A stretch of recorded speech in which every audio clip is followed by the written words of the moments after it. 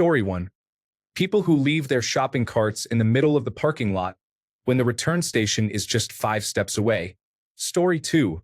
Supermarket etiquette. Do they abandon items on the wrong shelf? Do they not return their cart or basket? Story 3. How they behave around others is important. Whether they can let a conversation flow or if they need to interrupt and dominate the conversation is significant. I cannot tolerate someone interrupting and not allowing others to finish their sentences. Story 4. Leaving lights on in a room when not present and running water continuously while brushing teeth. Story 5. Married men who complain they have to take care of their children should remember that these are their kids. Additionally, is this really the best you could do, lady? Come on. Story 6. Being visibly sick and not wearing a mask, or better yet, staying at home, is irresponsible. Puts others at risk, particularly vulnerable individuals like the elderly. Story 7. Shaming strangers for their appearance always makes me cringe. Gossiping about people's private matters behind their backs is also troubling. Story 8. People who use the express line for 10 items or fewer and place a full grocery cart of items on the belt are completely inconsiderate. Story 9. People who loudly announce things that no one needed to know, such as proudly stating they need to use the restroom. Story 10. Making politics their core identity is foolish. They are all corrupt and idolize one another, despite showing no concern for others in times of need. Story 11. Breastfeeding older children. I know I will face criticism for this, but 6-year-olds do not need to be breastfeeding anymore. Story 12. Going into a single-stall restroom and urinating on the toilet seat. Do they think nobody else uses it? Story 13.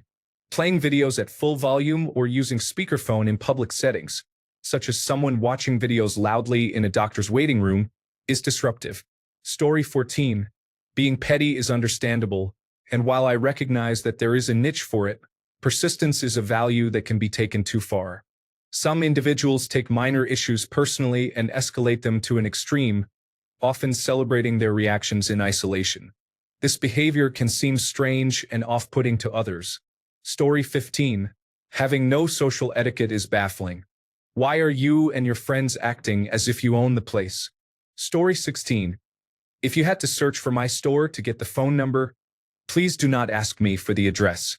Story 17. If you own a pavement princess truck and it has plastic testicles, I want to let you know that it is a form of gender-affirming care. Story 18. People who park in the fire lane at the grocery store. I was in Flagstaff at a grocery store and witnessed a woman park in the fire lane and enter the store. I muttered to myself and continued on my way. When I saw her in the store, I said, "Excuse me, but are you driving a description of her vehicle?" She looked worried and nodded. "Oh, well, there's a police officer outside, and he's writing you a ticket." Relief washed over her face as she realized I wasn't confronting her but rather helping her. She thanked me, left her cart, and went outside. She didn't come back in, and her car was gone when I left. Story 19. Their sit-down smell is concerning. I am absolutely judging you on that. The majority of people need to improve their oral care and hygiene. Story 20. Parents who allow older children to use a pacifier are a common sight.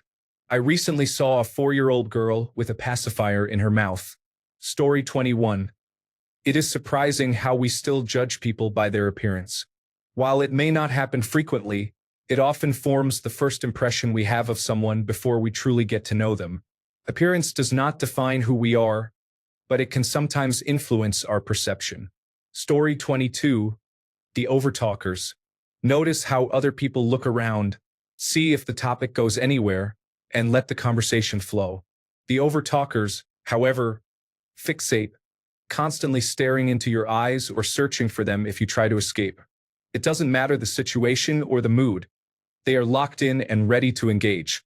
You have to physically stop them. Story 23.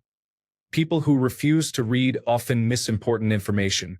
For example, a computer error may indicate that there is no paper in the printer. When individuals close the message without reading it, they remain unaware of why the print is not coming out. Story 24. Littering of any kind is frustrating.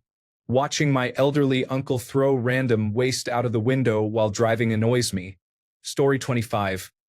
Children in the front seat, children without car seats, children without seatbelts, and children in the back of a truck or facing the wrong way in a car seat are concerning issues.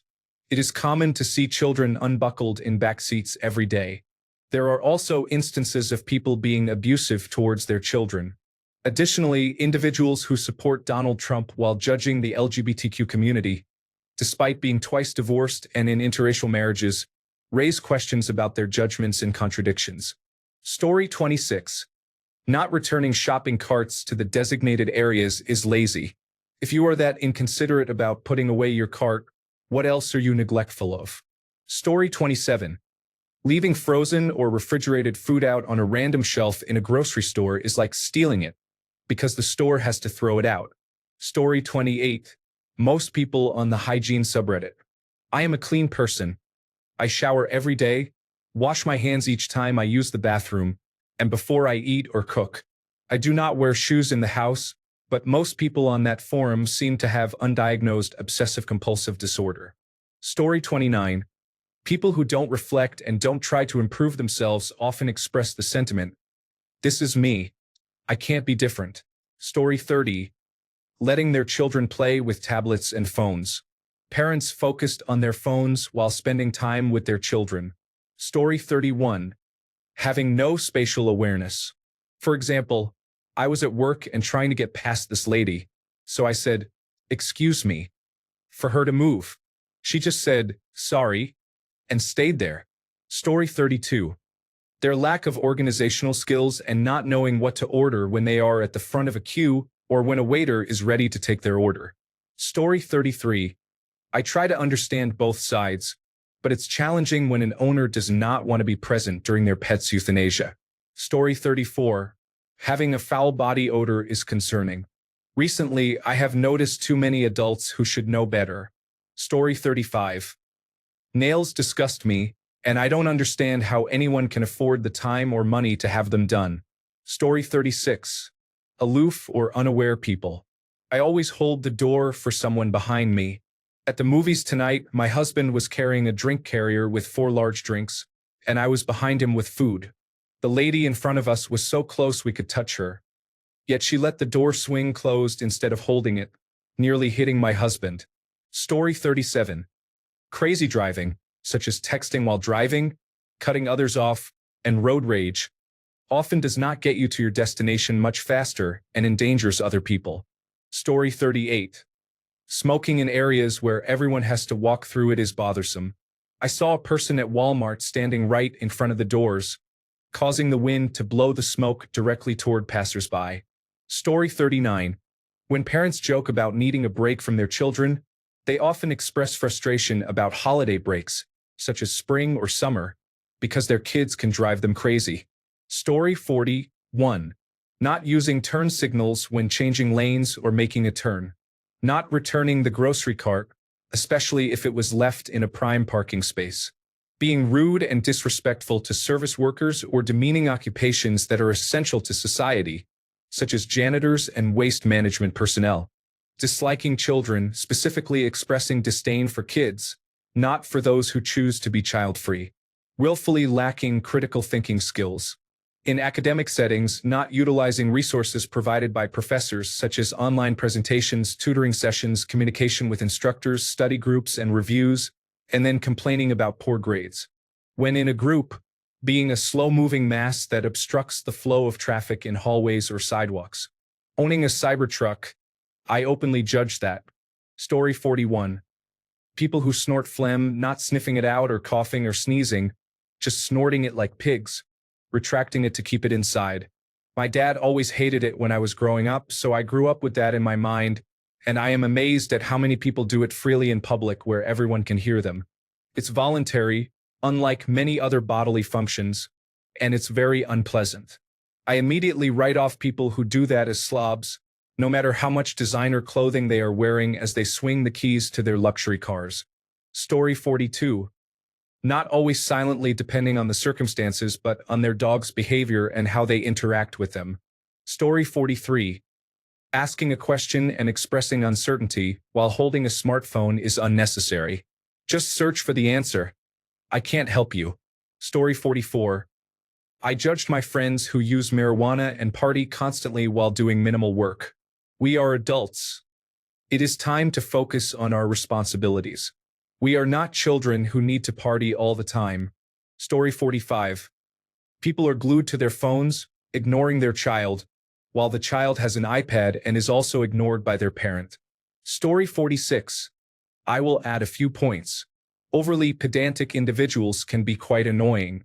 Removing books from shelves and either leaving them on tables or returning them to incorrect places is frustrating. Using filler words constantly, often paired with an overly confident tone, detracts from effective communication. Improve your confidence by enhancing your vocabulary instead of overusing words like. Story 47. Unless it's egregious, I usually silently judge people for their pronunciation of words. Story 48. People who smoke e-cigarettes around others, even indoors, often act as if they are not producing secondhand smoke. Story 49. Demanding respect from others while not giving it back is a common issue. I often observe this behavior in managers, teachers, and authority figures in general. Story 50. Parents who do nothing to correct unacceptable behavior in their children. For example, boys on football teams refusing to pass to or include female teammates simply because they are girls. And the parents stand there and do nothing. This is truly frustrating. Story 51. When someone says they don't want kids, and the other person replies that they will change their mind in a few years, it drives me crazy. I don't believe everyone should be parents. I definitely don't want children myself. I know many people who have completely fulfilled lives and relationships without children. Kids are not just a checkpoint in the list of life. They are a major responsibility. Story 52. Creating new pronouns every day, and also people assigning themselves numerous different mental disorders. Story 53. Teachers on TikTok often have the camera pointed at themselves while teaching, with the kids' responses heard in the background. It's frustrating to see classroom time wasted on setting up a phone and recording instead of focusing on the students. It becomes really uncomfortable when the teacher is scolding everyone while recording. Story 54. Oh man, what don't I understand? Parents who act as if the badly behaving child isn't theirs. People who listen to their phones loudly in the doctor's waiting room. Elderly women who refuse to move their shopping carts even though they can clearly see you. People who brag about their trips or being well-traveled in a way that makes you aware they likely have significant credit card debt. And people who wear workout clothes outside of the gym. I'm sorry, maybe I'm too unconventional, but I find it strange to wear workout clothes as everyday attire. Story 55. Asking for advice, then ignoring it and wondering where it all went wrong afterward. What was the point of asking? Some people are destined to fail and find themselves in situations they could have easily avoided. An offshoot of this is individuals making poor decisions. For example, my roommate needs work shoes but would rather pay $20 for shoes that last a few months than pay $80 for shoes that will last 5 times longer. Story 56. Sitting opposite someone on the tram, they take out their smelly food followed by slurping sounds. If you're unlucky, a big, crunchy apple is the dessert choice. Story 57. Pushing through queues and looking around, pretending to be innocent. I had a long day in airports yesterday. Story 58. Going to church and acting all holy, but then when home, excessively bashing others. Hypocrites. Story 59. People whose lifestyle choices negatively impact their health and well-being should consider the consequences. I am not willing to exert myself to do your job because of your weight. Additionally, I do not want to be assigned extra tasks due to your personal decisions regarding pregnancy. Story 60. Not returning their shopping cart and leaving it in a parking space is frustrating. I really dislike it when a shopping cart dents a car. It takes just a moment to walk it back to where it belongs. Story 61. When their kids are bullies, it reflects poor parenting, especially if they are pleasant in some contexts but mean and discriminatory in others. Story 62. People often neglect to clean their jewelry, especially when they wear gray rings that have accumulated years of soap and lotion residue. Simply clean them with some jewelry cleaner occasionally, and they will look as good as new. It is very easy. Story 63. Rudeness. When you hold a door for someone in a public place and they walk through without saying thank you, it really frustrates me. Story 64. Smoking, spitting, littering, not controlling children, having children with below-average income, and constant complaining without addressing the issues are all problematic behaviors. Story 65. Cars continue to run through red lights in Edinburgh. It is ridiculous. The light is clearly red, yet 3 more cars go through almost every time. Story 66. How they arrange their groceries on the conveyor belt. Heavy items go at the front, while light and fragile items are placed at the back to prevent squashing or breaking. Bottles should be laid down and pointed toward the checkout to avoid rolling back and forth. Avoid piling a mountain of random items that spill over the sides. We live in a society, people. Story 67. What they watch on television. The new series of Love Island starts later, you say? I would rather hammer nails into my eyes through the back of my skull than see a single second of it. Story 68. Backing into parking spaces slowly while having a long line of people behind you can be challenging. You are often not as fast as you believe. In most cases, you will need to pull forward to correct your positioning. Ultimately, it would be much easier to simply pull in like a normal person, using a backup camera, which is a feature available in most vehicles made after 2018. Story 69. When they are being too loud in public, especially in restaurants, it can be quite disruptive. It is fine to have fun, but we should consider others who may be disturbed by the noise. Story 70. Trump merchandise. Oh wait, I confront them directly or glance at their shirt, flag, or sticker, and then express my disdain. I've engaged in public shouting matches with these individuals, but it's worth it. Story 71. I am not a people person, so I often judge others for various reasons. I sometimes express my judgment directly when someone is being annoying, such as not using headphones on the train or in a waiting room. Story 72. Women walking around in bras and panties-level clothing, and who simultaneously complain about only being seen as sexual objects. Please wear what you want, meaning highly sexualized clothing, but don't be mystified about why you are highly sexualized by the people looking at you. Story 73. People who judge others for not speaking perfect English in America are often bilingual and likely more intelligent than those making the judgments. Story 74. If they let me know they voted for Trump, I do not silently judge them. I do it loudly and proudly. Story 75. Saying you're going to sit there and tell me, or you're going to stand there and tell me, expresses incredulity about something someone has said. More often than not, I see the stand version used when someone is sitting and vice versa.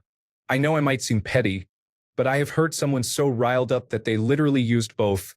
You're seriously going to sit there and stand there and tell me? Story 76. Soapboxing, bullying, and lying about inconsequential things, like telling me I'm not ugly. Who are you trying to fool? Anyone who says, trust me, I will immediately not trust you. Story 77. When they don't throw their trash in the proper bin or practice cleanliness. Speaking loudly even though the teacher is right in front of them. Talking negatively about their friends behind their backs. When someone's phone is too loud on public transportation, either playing music or watching videos. Story 78. He seems more socially awkward than dangerous, but it's valid to not be interested. Find someone who matches your energy. Story 79. Vaping and driving around with e-scooters are activities I have observed over the past couple of years. They are mostly used by a specific group of people, and I do not identify with this group. Story 80. Chewing gum loudly, especially popping the gum, is my personal hell. I call it mindless chewing, and it should be punishable. Story 81. Talking over someone who is clearly trying to share something that matters to them is not respectful. Congratulations on your confidence, but this is not your moment to dominate the conversation. Story 82. If anyone owns a dog with known breathing issues, such as French bulldogs, English bulldogs, or pugs, they do not deserve to have such a cruel genetic fate. Story 83. People who use I as a possessive, such as in Susie and I's take was, are misusing the word I in conjunction with someone else's name. If you can't say the sentence by itself with just the word I, then you should use me or my. There is also a misuse of the word myself when used alongside another person's name. Thanks a bunch for sticking around till the end of the video. Remember to subscribe, and until next time, stay awesome and goodbye.